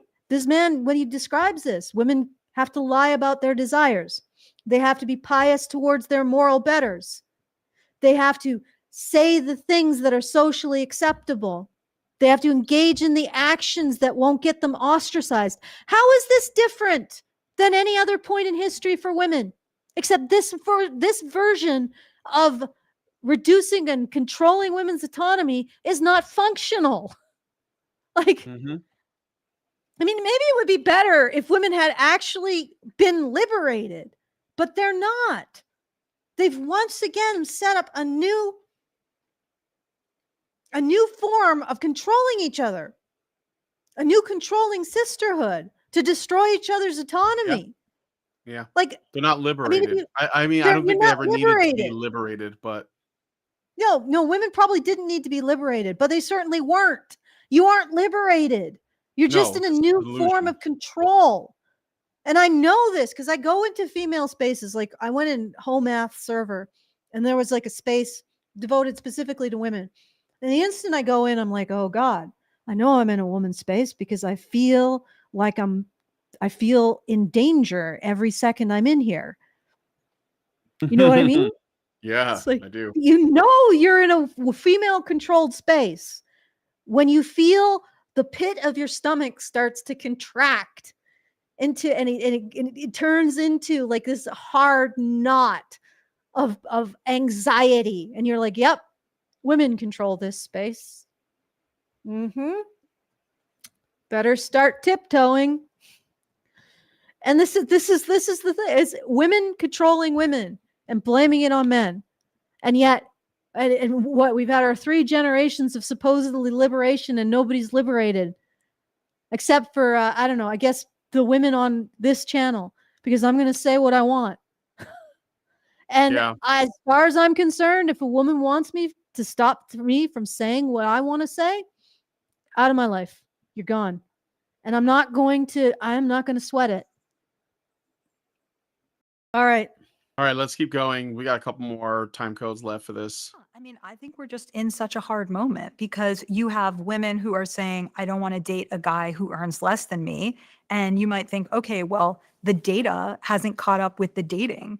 If more women are in higher education and more women are earning more, then maybe you're going to be the one who earns more in your relationship. But what they feel like is projecting out, I'm going to end up doing most of the housework, most of the childcare. I might as well get a guy that can contribute financially. So they don't want to change their expectations around that. And so I think we truly are in a moment where women are being asked to do more masculine things and men are being asked to do more feminine things. And I think a lot of that is progress, but it also seems to be creating a lot of confusion in the dating world.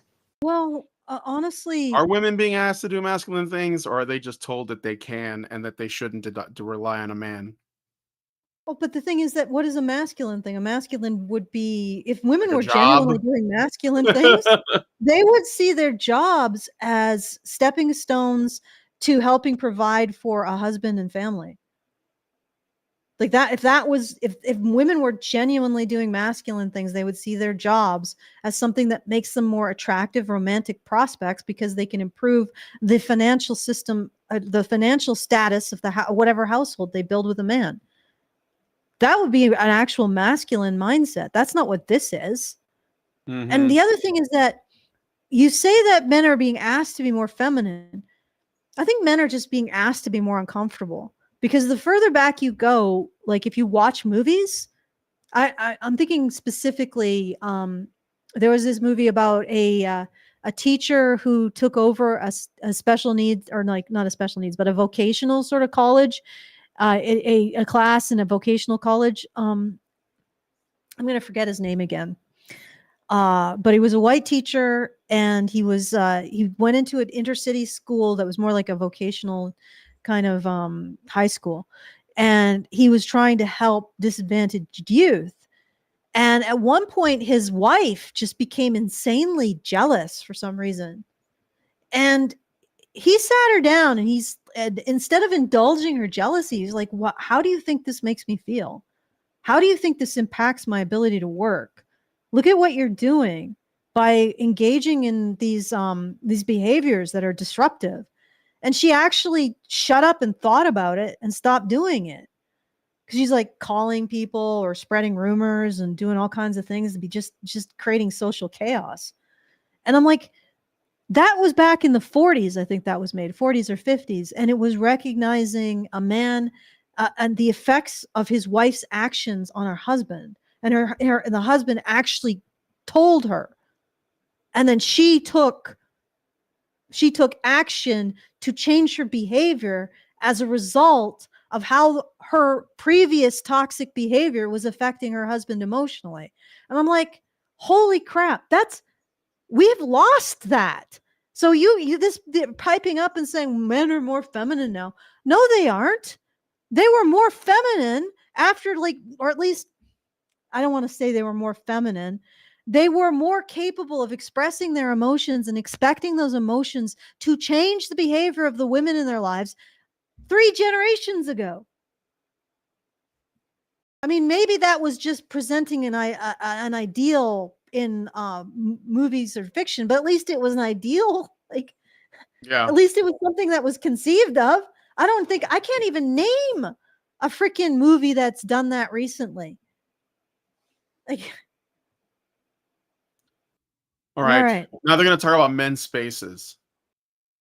Yeah, it's sort of, I was just thinking, I coach a lot of young men, and occasionally women ask me for dating advice, and you coach, it sounds like a lot of both. And first thing I say to men is I ask them, like, would you want to have sex with you? All right. Are you in shape? What do you look like naked? Do you have a plan? You don't have to be rich now, but do you have a plan? Right? Have you found means of being confident? Can you demonstrate kindness and excellence across anything? And the only advice I give They're women still is the second focusing on coffee. men. And that is, maybe it wasn't great. I mean, if you don't like the guy and you're just like turned off, fine. But if it was just okay, maybe give it a second coffee. I have a chapter in my book called Make the Second Date the Default. Yeah. And it's really because I feel like I won the lottery with my husband, but he is somebody that takes longer to open up, and he's the slow burn. We met in college. We met again 7 years later. Then we were friends for a year. And I feel like he's this incredible partner, husband, father. But I don't know that if we'd met just randomly on the first date that I would have gone on a second date. And so I think people really do need to train themselves to look for these slow burns. Logan, Slow compared to what? I mean, Yeah. like, again, like I think that it's well intentioned, but the problem is It's not that enough. women are not likely to. Well, here's another video I have that I'll share with you real quick that gives us a little bit of an idea. Modern woman. The secret to a long-term happy relationship, he has to be afraid of you. He has to be afraid of you. Absolutely, 110%. He has to be afraid of you. Not that you're going to hurt him, but that you might just pop off and lose it. You might leave. You might leave him just where he is, by himself. I think it's this projection. You might take your care away. You might stop doing things for him. He's got to be afraid that at any moment he drops the ball, you're gone. Yuck. Like usually I don't, I try not to do this, but I feel like the bottom of the barrel just spoke. But she But feels, but the thing is, she might be the bottom of the barrel, but she doesn't think she is. Like, also, this no, is no, like, no. This is not this. I guarantee that this woman isn't actually saying a strategy. She's telling men the strategy to take with her, or the strategy that she expects to find a man attractive. Like, this is the thing. When women say stuff like this, often what they're saying is, this is what I find attractive in a man. And somehow I think if I'm a woman and I embody this, I will be attractive to a man. They have this mistake. It's the same thing with the women who say, well, I have this portfolio of stocks, and I have this job and all that, and that I should be, that should make me attractive to a man. They mistake what they find attractive in a man for what makes them attractive to men. And I think that's what's happening here. This is what this woman, because the thing is, and the other thing is that who the hell is she dating that she has to have this weird Cold War with them? Right? Like, who is she dating? Most guys they'll stick around if you're just nice to them. Like, you don't have to play mind games. the In fact, they bar probably is prefer you underground. not. The bar is in hell. Yeah, just be nice. Just be nice to them, and that's it. You don't have to be like, oh, I gotta have the psychological warfare, and gotta wake him up at 3 in the morning and blast the Iron Maiden at him. Just keep him off base. Gotta occasionally throw a muskrat in his face and kick him in the shins and then run off laughing. Like all this insanity. It's like, who are you trying to date? Like, take it down a couple notches more to where your level is, and you just be nice to him and you're fine. Like, it's not that difficult. Nope. All right, let's keep going. Scott said something there about what he thinks women want, which is these sort of Yeah. traditional masculine features. Is this what you see in the data? What's hard is I think Scott's right about what people say they want versus stated versus revealed preferences. So according to the research that I did, women are saying the number one thing that they're looking for is kindness and compassion. That's also what men are saying that they're looking for. So in many ways, this is great. People are looking for the same things, but I just feel like there's these huge disconnects now where people don't feel like they can get what they want. Men are saying they want kindness and compassion. I made them say, what are all the things that you care about? And then what is the number one thing that you care about? And kindness and compassion was first for both of them. The stuff Why does that surprise anyone? Like the host of the show was like, men said that? Well, yeah. Like, if you are looking for someone to be the mother to your children, you want them to be kind and compassionate to you and to your potential children. But I'm not sorry. Go ahead, surprised. Alice. I have a doubt about the women. I think they responded according to what they thought people wanted them to say. What they want, what people think they should say. There's Yeah. like, what should I say to this question? Yeah. Yeah, what should I say to this question? All right. I've seen, Is the this stuff I've read is that for women, and I've talked to men about this, number one is they have to signal resources. And we don't like to say it out loud. And by the way, it doesn't necessarily mean you have to have a Range Rover and a Panerai now, but you have a plan, right? You have your shit together. You go home at midnight when everyone's partying because you have to be up for work. You work out, which shows a level of discipline and that you can commit to something. You're in school. You've got a good job. This person is going to have resources. And I don't think that's changed a whole lot. I think a man's ability to signal future resources has gone down. I'm not sure it's become any less of a criteria.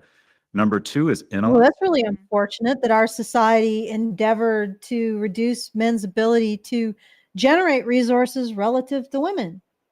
Wow, that I mean, he really doesn't was a seem to dumb be thing do. understanding that, like, yeah, men want that too, but their opportunities are a lot more scarce. Fewer than the women. For that. Yeah, compared to women. And the problem is that elevating women in education, which is artificial in a lot of ways, because they're just getting a lot of preferential treatment. And so if a woman gets preferential treatment while not being told she's getting preferential treatment, and she gets a degree in something, she automatically believes that she's entitled to something more than what her degree is worth, even if she never uses it. Even if she ends up working as a Starbucks assistant manager, she has that bachelor's in fucking, science that she's not using, but she's worth that. And that means the man is worth more than that. So it's not just that there's less opportunities, that men are being disadvantaged educationally, employment wise. Women get preferential treatment there. We have lots of programs to give women the upper hand. We got to get more women in STEM. We got to get more women in business. We need more female CEOs. We need more females in positions of power in the political space. And that's like a mantra that's been going on everywhere. So there's a lot of people that try to do that. There are unions that actively try to do that as well. We need 50-50 representation in this thing or that thing. So men are having a harder time getting in because there's nothing for them, and there's no programs that exist for men. So what do? You get a lopsided outcome that's been like artificially altered. And then those women, because they don't know that, they're going into the world thinking, well, hell, I was able to get this degree, so I got to find a man that can do better than that. So It's like you create the illusion of equality, but you don't actually address women's preferences because you never ask women what their preferences are, or not like in a real way, Well, yeah, because this entire system. Like Chorizo was in the special, or no, I guess he wasn't in the special chat. He migrated over the horizontal chat. Well, he was saying, well, women are free, and I'm like, no, they're not. They're not free. They're not free in this society. They're still as controlled as they ever were. Yeah. Except now they have to deny what they actually want and not get it. Like, all for this experiment, which really, if you think about it, fattens certain people's bottom lines. Like it's fattened a lot of bureaucrats in the government. It's fattened up a lot of corporate stooges. But it's it's fattened up a lot of feminist board members of NGOs. But for women, it's just led to misery because they're just as controlled as ever, except now they're less likely to enjoy their lives. Yay! Yep. Okay. And it's very instinctual because if you make good decisions for the tribe, your kids are more likely to survive. Mhm. Someone who's smart is more likely to take care of your offspring than someone who's stupid. What's interesting, and I love this, is the fastest way to communicate intellect is humor. Mhm. And I joke, and this is bad, but I say, this is my impression of a woman. I'm laughing, I'm naked. And that is, I've always thought if a guy can make a woman laugh, Yeah. she will date him. And then the third thing, and this is where guys screw up. This is what I tell a guy's secret weapon is.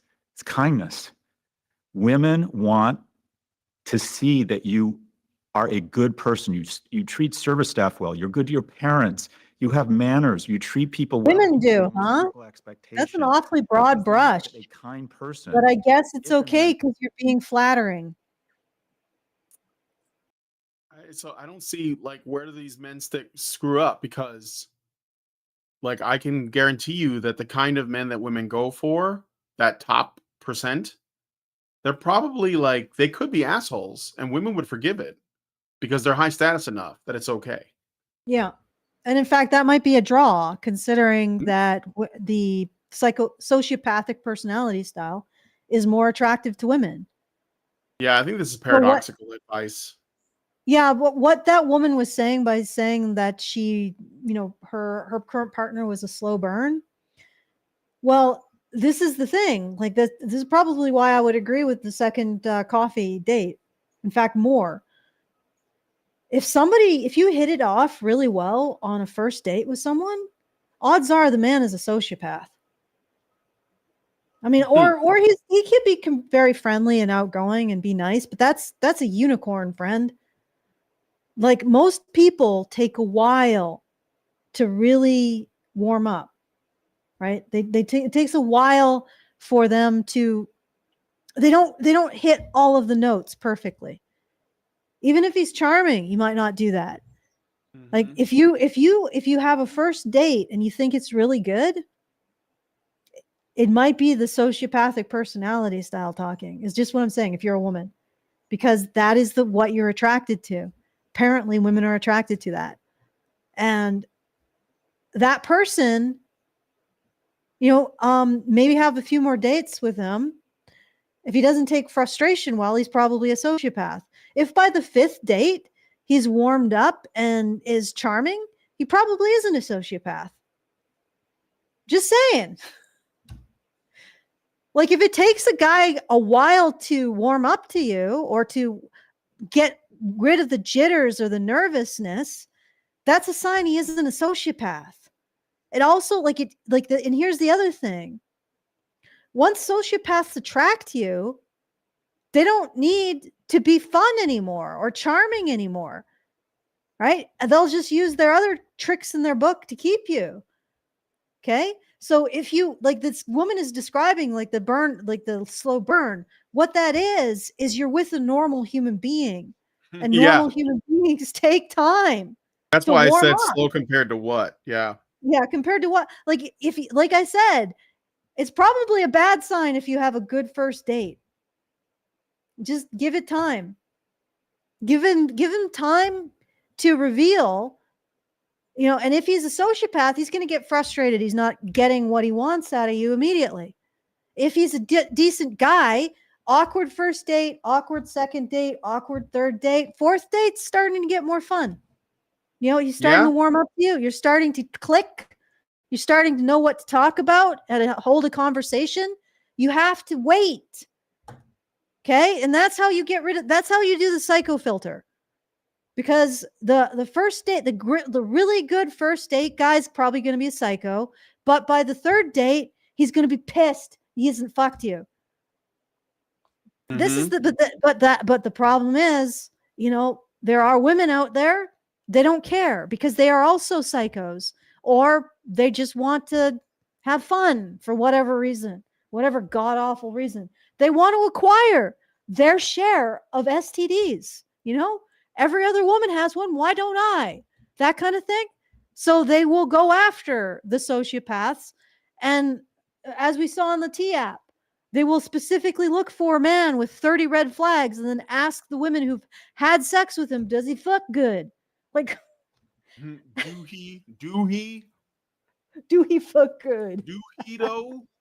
Do All right, he we got one more time Okay. code and it'll be the end.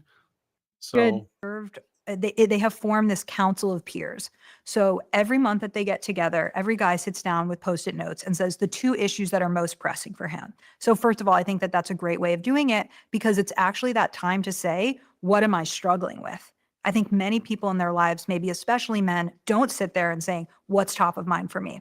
So guys get the quiet time to do that. Then they go around in a circle, and whoever has the most pressing issue, they get to take their time. And some men might say, these are top of mind for me, but it's not a priority. I'll give the time to someone else. And each month they talk about what's going on for them. They hold each other accountable. So month 3, they might say, hey, David, you've been talking about that for the last 3 months. Are you going to actually do anything about it? And I love that these men have a masculine space to actually go through what's going on for them, because maybe they have wives and girlfriends they can go to. Maybe they don't. But I think it's a different type of advice that you get from a council of trusted peers. And I really do think that men's groups could change a lot of these issues, because I can sit here and say everybody should be in therapy. Guess what? Therapy is really expensive, and many insurance companies will not provide it, or there's a huge waiting list. And so if we just sit around, also therapy isn't really like I would caution Okay. men against going to therapy, but Sound unless you issue. like specifically with like a pro male therapist or somebody who understands. What were we gonna say? Yeah, there might be a sound issue on your side. When you first start talking, you're quite low, and then you guys in the chat, please tell me if you're also experiencing that. If it's just me, it doesn't matter, but what I'm finding is that when Brian first starts talking, he's quite low, and then finally it kicks in and you can hear him. Also, has it always been that way? Like, yeah, in this at whole least show? this show, but not like this is the first show I've noticed. Oh, okay. All right. So I got some thank yous. I want to give a big thank you to Temp Anon for $5. Thank you. Thank you. Very much appreciated. And I want to thank Great Indoors for 250. Thank you, Great Indoors. Do we have any sounds? Thank you. I don't Come have again. anything yet. I'm still like setting my computer up. All right. Soon. Soon. Okay, so I think we're at 1,275. So moving there, getting to the deadline, getting to the goal. Yes, thank you. Sometimes I forget my words. Getting to the goal. So thank you very much for Great Indoors. Thank you to Tempanon and also to David. Originally did $25. And if you want to help out, please go to feedthebadger.com/support. We have 1 day left and about 1,200 to go. So still a ways to go. Every bit helps. $5, $10, very much appreciated. Okay. All right. So this is the last time code. Okay. They're talking about men's spaces. And maybe they're like, well, maybe this is what we need. Wild. For all these guys to go to therapy, that's not going to happen. But men's groups are a way that men can lead each other. They can provide this tribe of peers. And I have just seen so many changes in this group. So David told me his story where he had a lot of anger about his mom's debilitating illness. And he wasn't really experiencing it. And it was coming out as anger at his mom, but he wasn't conscious of that. But by getting the anger out in a safe place with men, the only place where he felt like he could truly be angry, he was able to get over it and to actually treat his mom with a lot more empathy. Or my husband has gone to the group and talked about ego stuff at work or how hard the transition to becoming a parent has been. And I feel like the men in this group have grown so much over the 12 months that it's been happening that I just paid for my brother-in-law to be in a men's group. And I want there to be tons of men's groups because I really feel like this isn't an issue that a therapist or a mom or I can really solve. I think men need to be solving this problem within themselves. What you said is really powerful because Okay. if you walk down the hallway at Stern, there's Golden Seeds, Women in Venture Capital, Black Women's Consulting Club. There are women's support groups. There's nothing for men. And these groups are really wonderful. Man Talks is one that I've been looking at where they've said, let's get together and just be supportive of each other. I got one. XY Crew. Oh boy, that's Well, we have a community. Yes, we do. But I think that they're not going to, we're the misogynists, Brian, because the thing is that I try to focus on men in any way helping men set appropriate boundaries with women. Like, for example, when I was hearing her example of the mother, is there anything that the mother's doing to deserve being seen as her son's anger, right? And maybe there's a situation where he should start saying no, because even though she's his mother and she may have an illness, he also has the right to say no, right? Mm-hmm.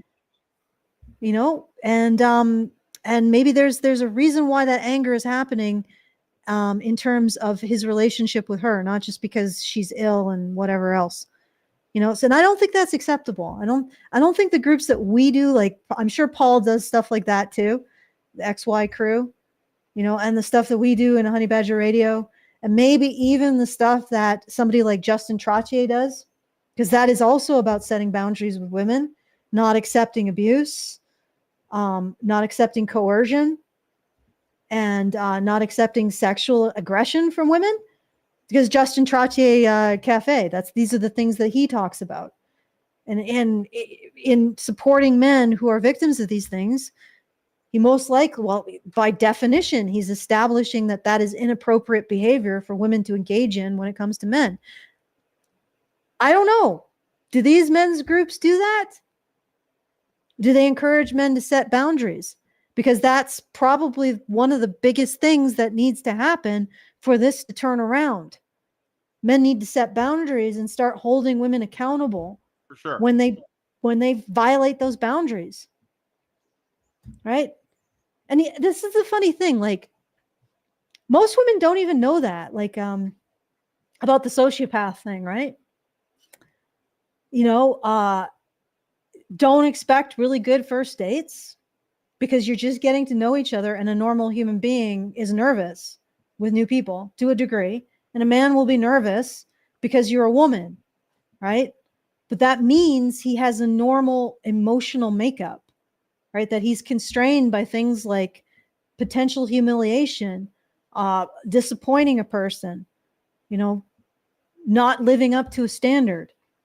Like, sociopaths come off really great because they don't give a fuck about you at the end of the day. They don't give a fuck about your opinion. They just want what they want from you, which is why, you know, on the 5th date, the normal guy is going to be a lot better.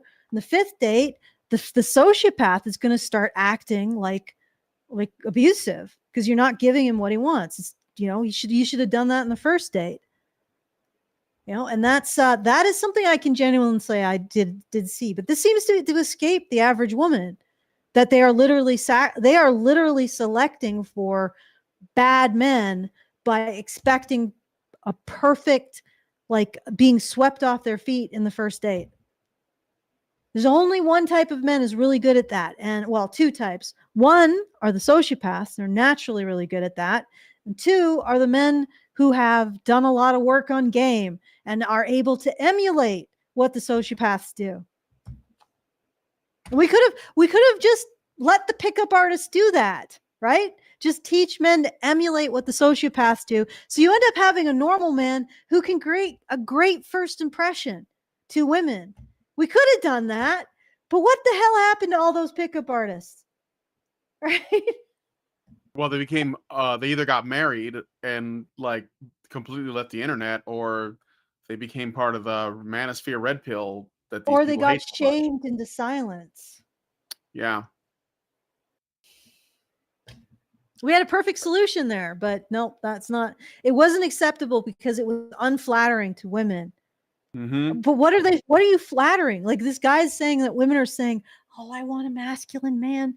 What are you flattering here? Like, what is wrong with that?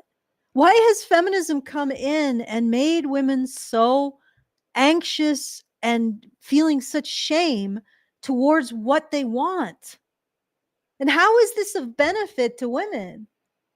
Right?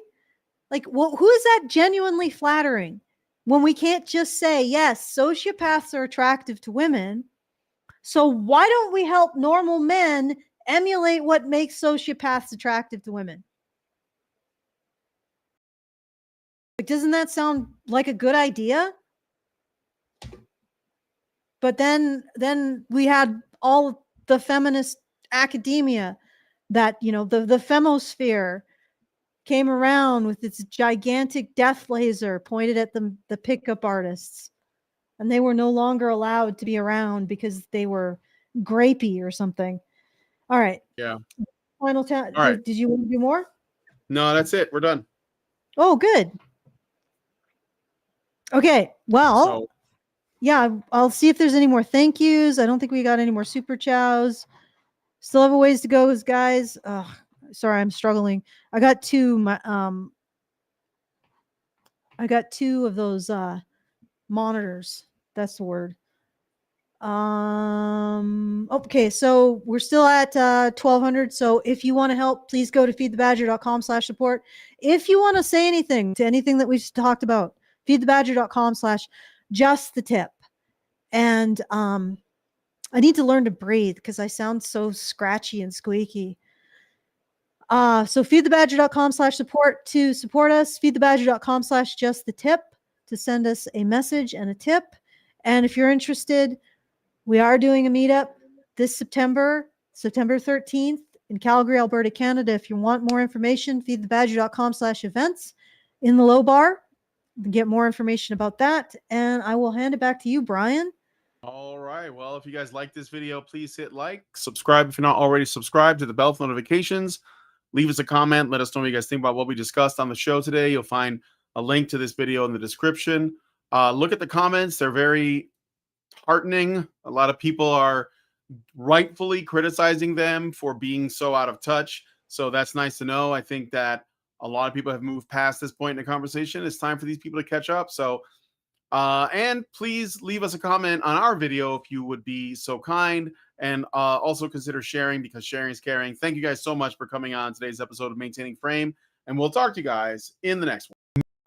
Men's rights activists are machines, dude. Okay? They are literal machines. They are talking point machines. They are impossible to fucking deal with, especially if you have like a couple dudes who have good memory on top of that too.